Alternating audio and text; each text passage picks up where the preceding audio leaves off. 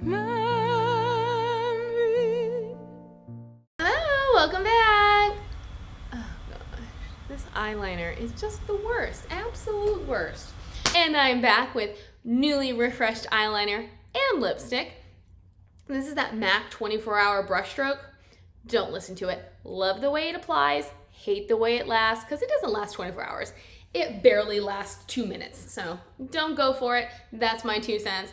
In other news, thank you for coming and joining me during the month of September, where all of my books are 9/11 related. So if you know of any and I haven't done them, please let me know, fiction or nonfiction, it doesn't matter to me. Today's book, The Memory of Things by Gay Polisner, is one that has been on my list for about a year.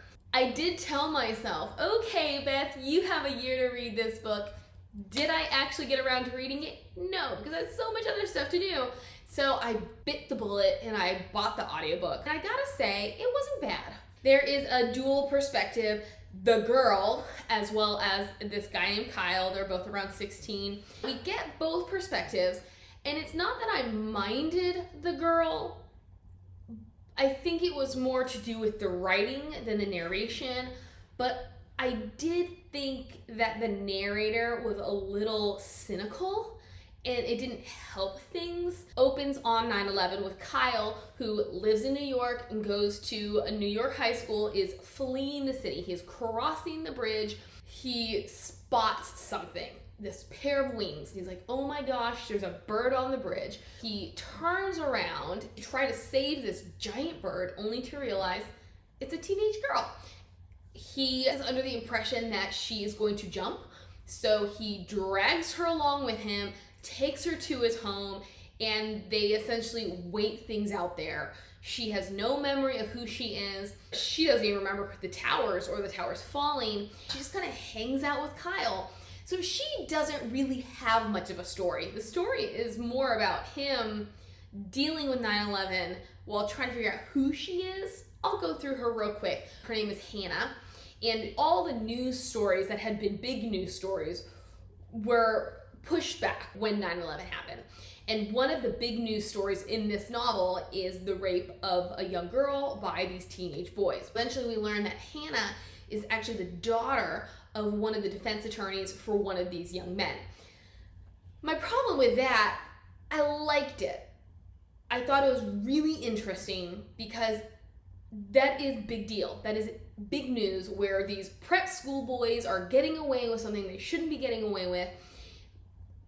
But it didn't play enough into the story for it to make an impact on me when we finally found out who she was. Because she has no memory, we get flashes, really disjointed memories and ideas, almost very like abstract poetry from the beginning, and eventually it picks up, becomes a bit more concrete towards the end. But the one thing we are picking up on is she's had a traumatic experience at some point with a family member or someone who's close to her who is dying. We do not know who that is until later. We learn that it was her mother who had died from cancer. Around the time that her mother was dying is when this allegation occurred, and the dad was like, oh yes, I'm gonna defend this boy and I'm gonna believe in his innocence, and it just causes friction in the family because basically they're like, mom's dying. Could you please not focus on that and focus on this? Kind of a spoiler, we never really get a clear idea as to whether this boy is or isn't innocent. Obviously the lawyer believes he is. He claims that he actually didn't have any hand in it. He was just in the wrong place at the wrong time. But there's no resolution there. Then we start to see her gaining pieces of her memory. She tries to leave. Kyle brings her back, which I'll have to get into that too. And then she decides to hang out with them, putting pieces together, and she's like, oh, I should really tell Kyle, but she never does. She has no idea if her dad is dead or alive, but she actually believes he's dead because his law firm was, I think, on the 64th floor of the North Tower. So she believes he's dead, which essentially would make her an orphan. Turns out he's not dead. He did get injured, so he'd been in the hospital. They reunite happily ever after. Her storyline was probably my biggest issue because I thought it was really creative. I thought it was a great spin on 9/11 because while I still have small issues with it, Kyle is coming home. His mother and sister are off in California because his sister is trying to become an actress and she'd had a callback.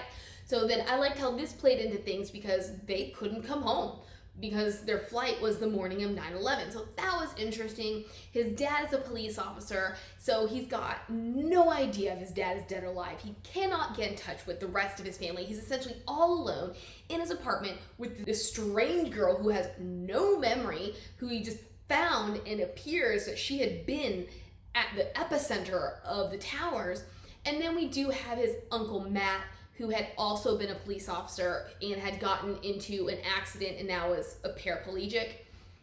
He may or may not regain things, but I thought that was, again, something a little underwhelming, but I'll get into that too.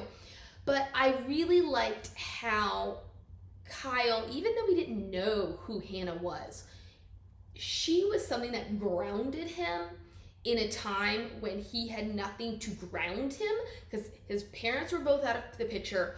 The woman who usually came to take care of his uncle never arrived. So he is just thrown into this responsibility that he's ill prepared for.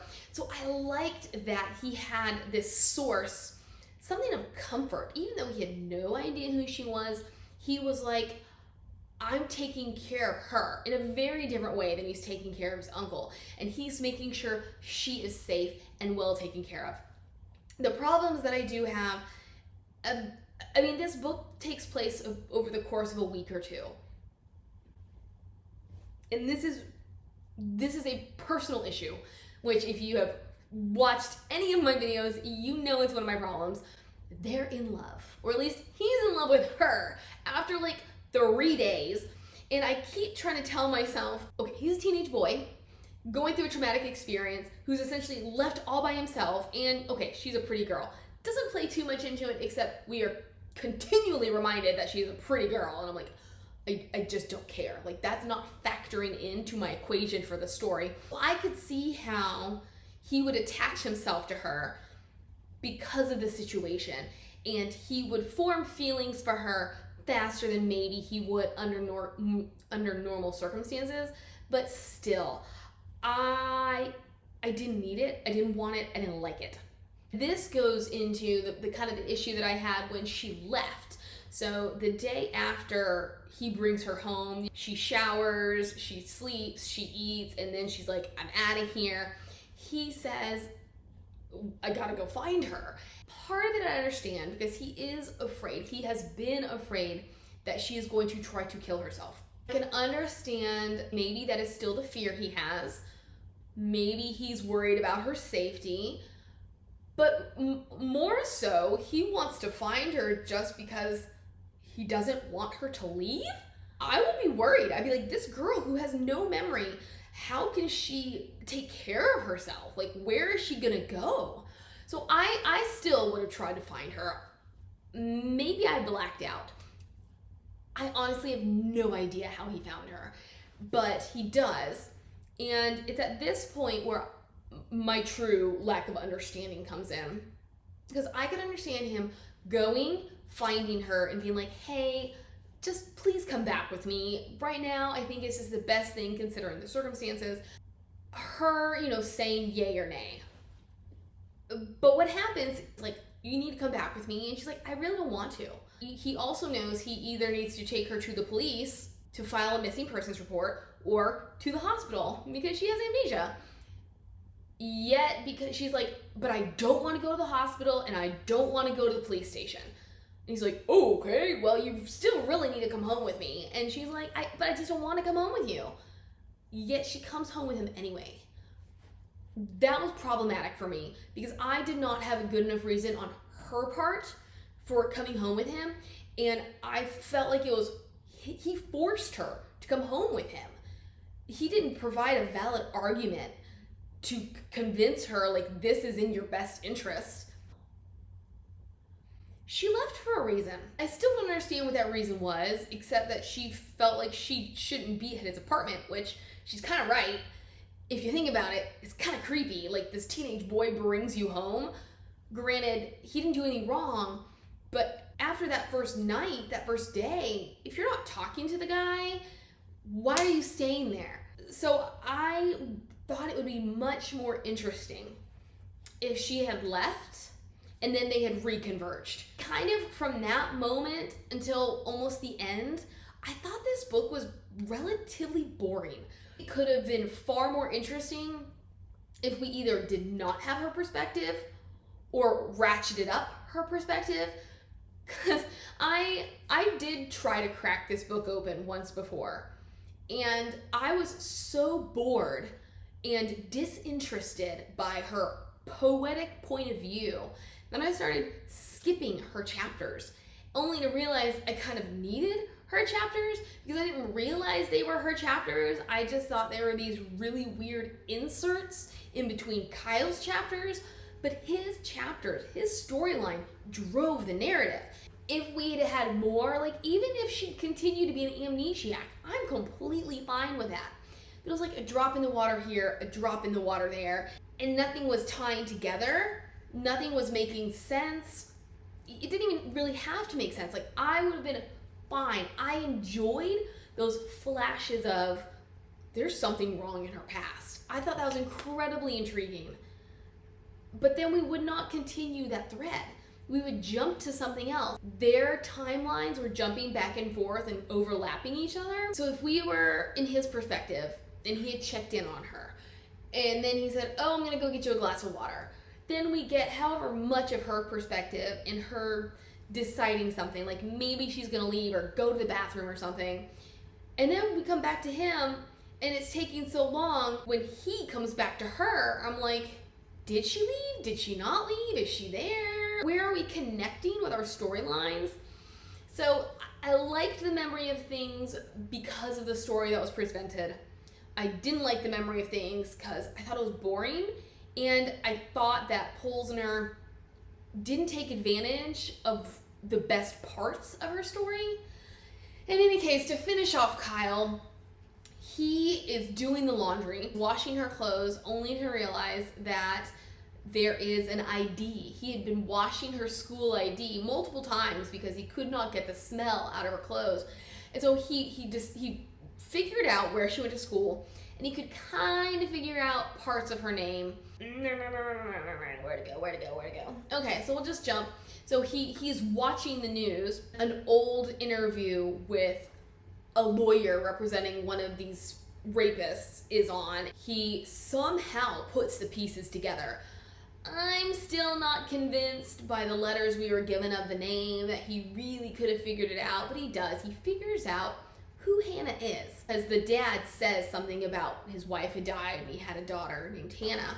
So then he comes to her and he's like, you're Hannah. If I were Hannah, I would be like, what the heck? This is creepy. She doesn't react whatsoever except to be like, yeah, yes I am. And I forget exactly what it was that happened, but she divulges something else. Oh, I know what it is. He says something later in the novel about knowing what school she went to. And she's like, what? How do you know that? And I'm like, you're more freaked out at the fact that he knew where you went to school than the fact that he like walks into your room and he's like, I know who you are. I would have had the same reaction both ways. I would have been like, how do you know me?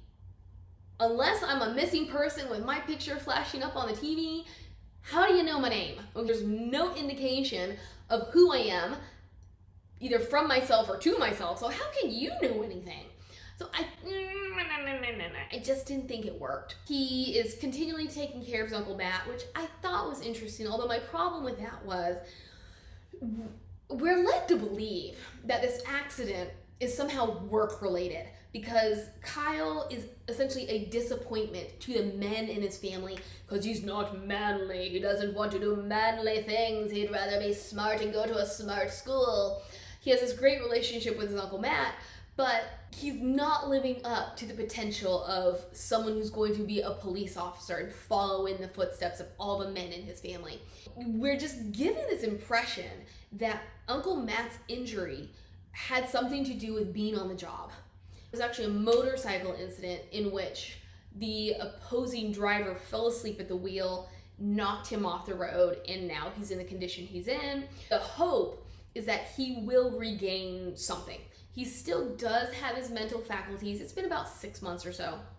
So he still has his mental faculties, but not as he once did. Like, he has trouble speaking, he's a little bit slower, things like that. But it's the thing about, okay, with time, these will come back. So we are seeing Kyle work with him on certain things, and we are recognizing, okay, like, he is getting better.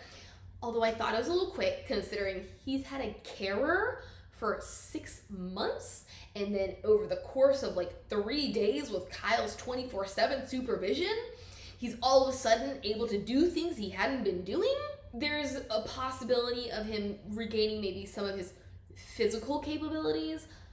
I thought it was an interesting subplot just because that's not something that we see a lot of. I think authors shy away from scary situations like that, and I can see why. It's kind of gross, it's uncomfortable, and in that it is scary because you're like, holy cow, this man is essentially a giant baby. He cannot take care of himself, he can't wipe himself, he can't feed himself, he can't get himself out of bed in the morning. So yeah, I can see why authors don't put that, especially in YA. But I enjoyed it, and I enjoyed how Matt, even though he had a lot of healing to do, he was like, do the right thing, Kyle. This girl does not belong here. You need to take her to the police. You need to report her. Your dad is gonna be so mad when he comes home. So I liked that Matt, even though he is disabled, is a voice of reason, still has intelligence, and is still an authority figure in Kyle's life, even though Kyle is kind of the parent in Matt's life. Speaking of Kyle's dad, I wanted more of that too. I felt like this book became less about 9/11 and more about Kyle's drama, which is fine. Not exactly what I personally was looking for, but I enjoyed seeing the effects of 9/11, like his dad being a police officer. Kyle automatically knew his dad was going to be in the rubble. He could not get in touch with his dad. For all of you youngsters out there, cell phones have not been around forever. Smartphones have been around for even less of an amount of time. People who did have a cell phone, there was not great service. So it was very difficult to get in touch with people, particularly on 9/11. A lot of landlines. There were a number of people that did have cell phones, but it was harder to get in touch with people with cell phones than there were to get in touch with people who had a landline. So a lot of those phone calls coming from the towers came from people's offices, not necessarily their cell phones. So even though Kyle's dad had a cell phone, he could not ring through, especially because on one of the towers, there's an antenna. And when it went down, it took a lot of service with it. So that was really, really interesting for me, the whole, is he okay? Isn't he okay? Kyle's trying to call his dad, trying to call his mom, can't reach either one. And then he would get a voicemail. And so even though it was a voicemail from his dad, oh my gosh, I have goosebumps. Like, this is the kind of story I want. Even though it was a voicemail from his dad was still there. So even though he may not have died in the initial impact, who knows what could have happened to him during search and rescue. So I thought that was super, super interesting of what does Kyle's future hold. I felt so bad, and I kind of would get angry because his dad was putting the towers first rather than Kyle. You kind of get the impression that he would always put something above Kyle. And so I'm just like, let's put Kyle first. But if you think about it, nobody knew the effects of 9/11. Not even the terrorists, when they flew the planes into buildings, they didn't know the buildings would pancake. They thought maybe the buildings would fall over or something, break in half, whatever. So nobody knew that not only would they pancake, they would completely demolish. Everybody was like, we are going to find survivors. hospitals, triage centers, everybody was set up for an influx of injured, and they never came. But nobody knew this. So yes, being search and rescue was super duper important. It was like, we've got to find these people before it's too late. While I'm like, just come home and pay attention to Kyle. Kyle needs love too. When you think about the other side of things, this is his job, and it's just as important because of the thousands of people who died that day. I enjoyed that juxtaposition, that push and pull of what you want Kyle to have versus what else is important for his dad's job. Eventually the dad does come home. They talk things through. He learns that the girl is there. He does eventually express his love and appreciation towards Kyle, and they're on their way to redemption. And so it's fun, it's nice, it's sweet. I do wish I could have seen more of the aftermath of 9/11, because that's basically where it is. We get some glimpses at the posters, the missing posters that are plastered all over the city. We do get a lot of the news reports and how the news reports have taken over the channels. We do get how New York is a ghost town, how we get a little bit about will we go to war, won't we go to war.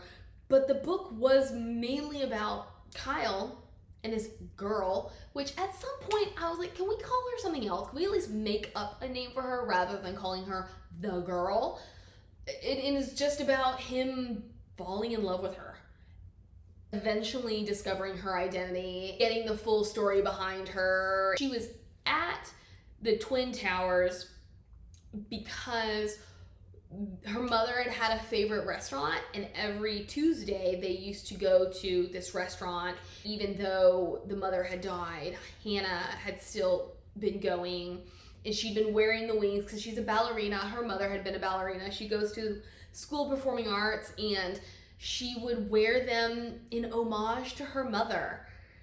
And that's why she was at the Twin Towers. I thought it would have been much more interesting because we had this really wonderful moment where Kyle says something about the Twin Towers, and she's like, what towers? I was like, what?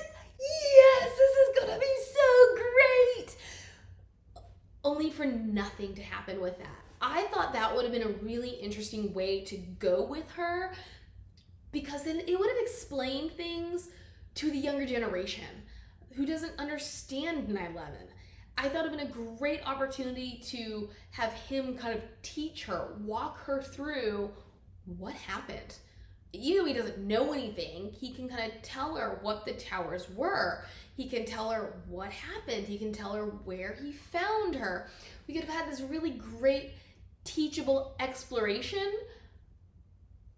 and there's nothing. Like, we don't even have anything on Kyle's side reeling from the fact that she has no idea what happened. That kind of leads into another book that I am going to review, which is People Who Knew Me by Kim Hooper, where the woman takes 9/11 as an opportunity to leave her old life and start a new life. Like, there's so much going on in this idea of not knowing something. And it was dropped like a hot potato.